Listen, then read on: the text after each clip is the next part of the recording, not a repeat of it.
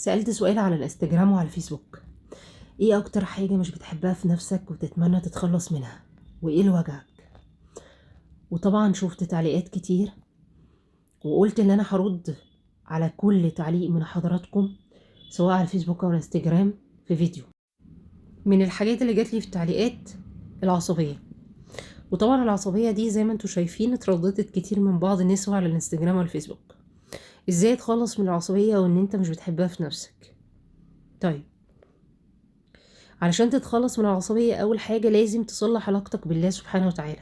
ألا بذكر الله تطمئن القلوب. القلب لما بيطمن وبيقرب من ربنا سبحانه وتعالى بيهدأ. أي شيء عايزين عموما خلينا ناخدها برضو قاعدة عشان نتخلص منه، بيبقى تدريجيا. في حاجات في نفسك انت أدرى حد بيها بيقطعها مرة واحدة وممكن ده يحصل، وفي حاجات عند حضرتك أو حضرتك بتبقى تدريجي وبتحتاج ان حضرتك تقوي يعني الحاجات الكويسة عندك وتنمي الحاجات الكويسة عندك، وتقلل بقى من الحاجات السلبية والحاجات اللي مش كويسة. وفي حاجات بتكمل بعض، مينفعش نستغنى عن حاجة قصاد حاجة.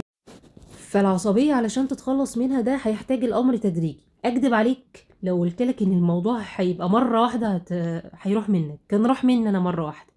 انا شخصيه حد بحب الهدوء، بس في نفس الوقت اكتسبت العصبيه من الحياه والضغوطات وكذا وكذا. ولكن هل انا عصبيه زي الاول كياسمين؟ لا. مقارنه بان انا عارفه نفسي كويس جدا اكيد لا.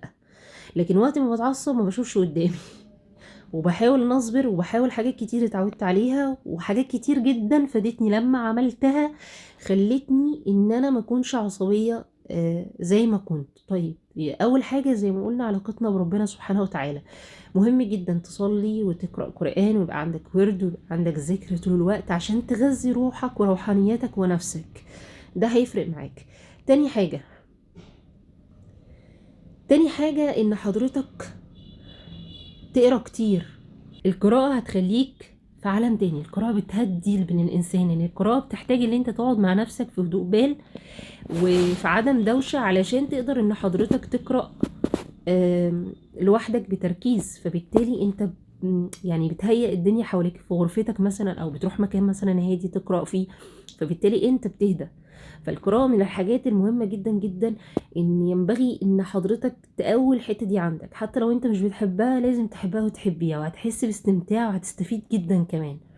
الحاجة اللي بعد كده، لما بتقعد فترة تسكت مش على كل حاجة بترد وخلاص، سواء على السوشيال ميديا في تعليقات او سواء مثلا مع حد، لا، الصمت بيبقى مفيد كتير جدا جدا في اوقات كتير اللي تخلينا مثلا ما نغلطش وانا واقفه غلط. بالتالي الصمت مهم جدا.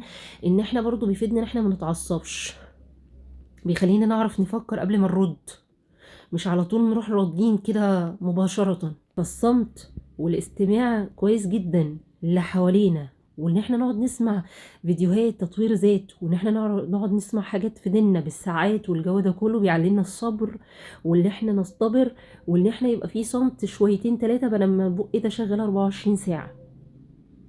فده من الحاجات المهمة جدا اللي بتخلينا العصبية تبقى قليلة او ان شاء الله تتلغي. يعني اتخلص من العصبيه ازاي؟ ان انا لما اكون متضايق ما اقعدش اكتم اكتم اكتم اكتم عشان هنفجر مره واحده، وده هيبقى خطر جدا واخطر من ان انا اتعصب في وقتها.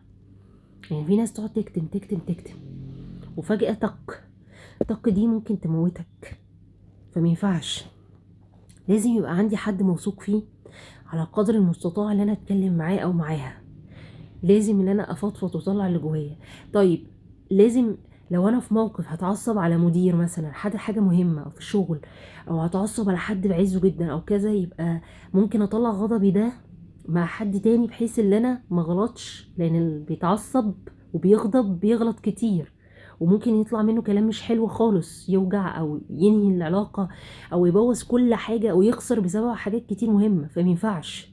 فلازم لما انا احس ان انا مش قادر وعايزه اطلع اللي جوايا وممكن في نفس الوقت اغضب، لا، ما اروحش للشخص اللي انا ممكن اخسره، يعني، او ممكن بسبب اللي انا هعمله اخسر شغل. لا، اما امشي وابعد وابقى مع نفسي كده لما اهدى، لو انا بهدى بالطريقه ديت يعني.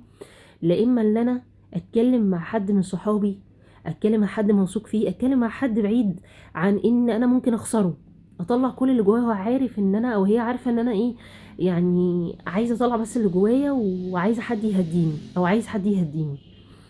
الحاجات دي مهمه جدا جدا جدا، بتفرق معانا كتير. انا واحده من الناس بقيت بستخدمها برضو، ان انا ما احس اتعصب قدام حد وممكن اقلل من نفسي وشأني، او ان انا مثلا اغلط مثلا او كده، لا باجي اكلم حد اكون انا مثلا قريب مني عارف ياسمين كويس، واقعد بقى بص اطلع اللي جوايا زي ما انا عايزه. خلاص بعد كده بهدى، الشخص اللي قدامي بيهديني.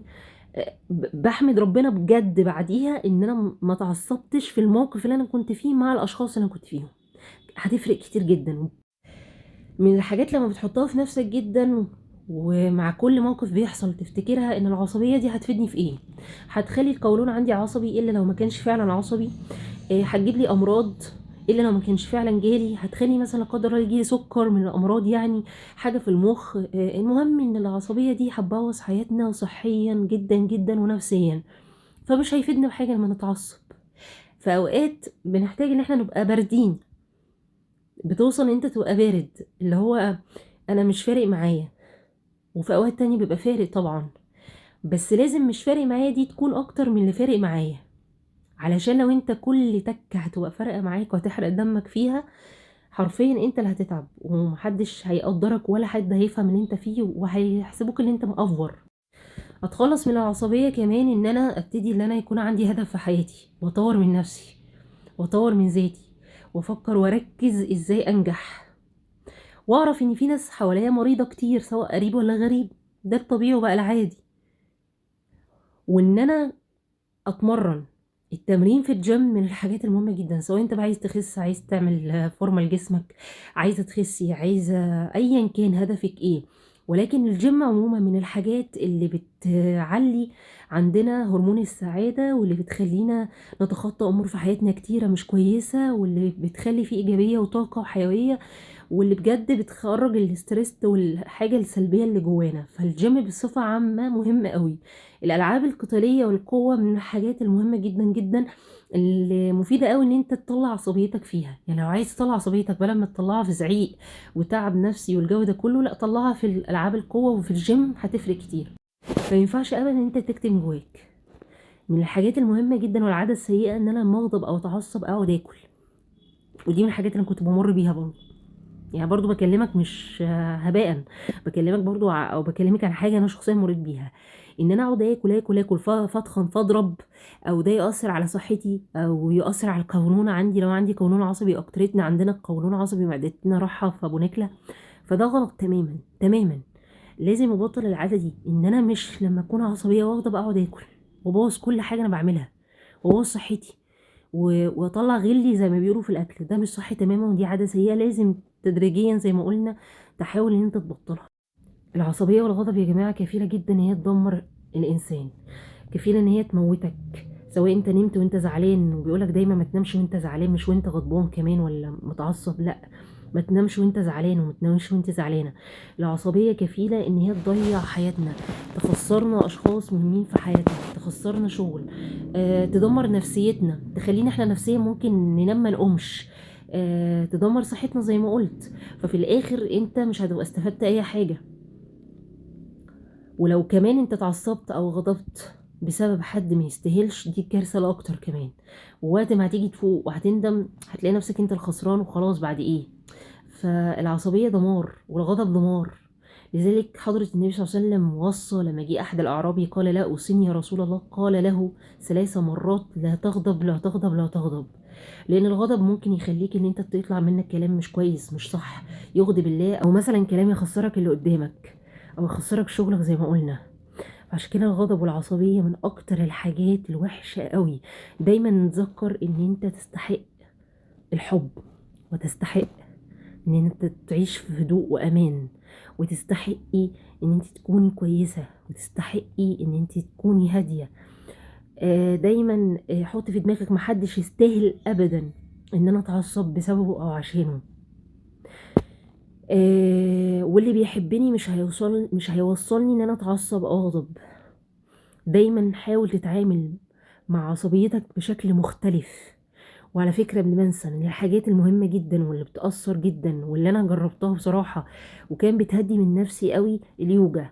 اليوجا اللي احنا بنقعد نتريق عليها، وهبقى اعمل لكم حلقه مخصصه لده.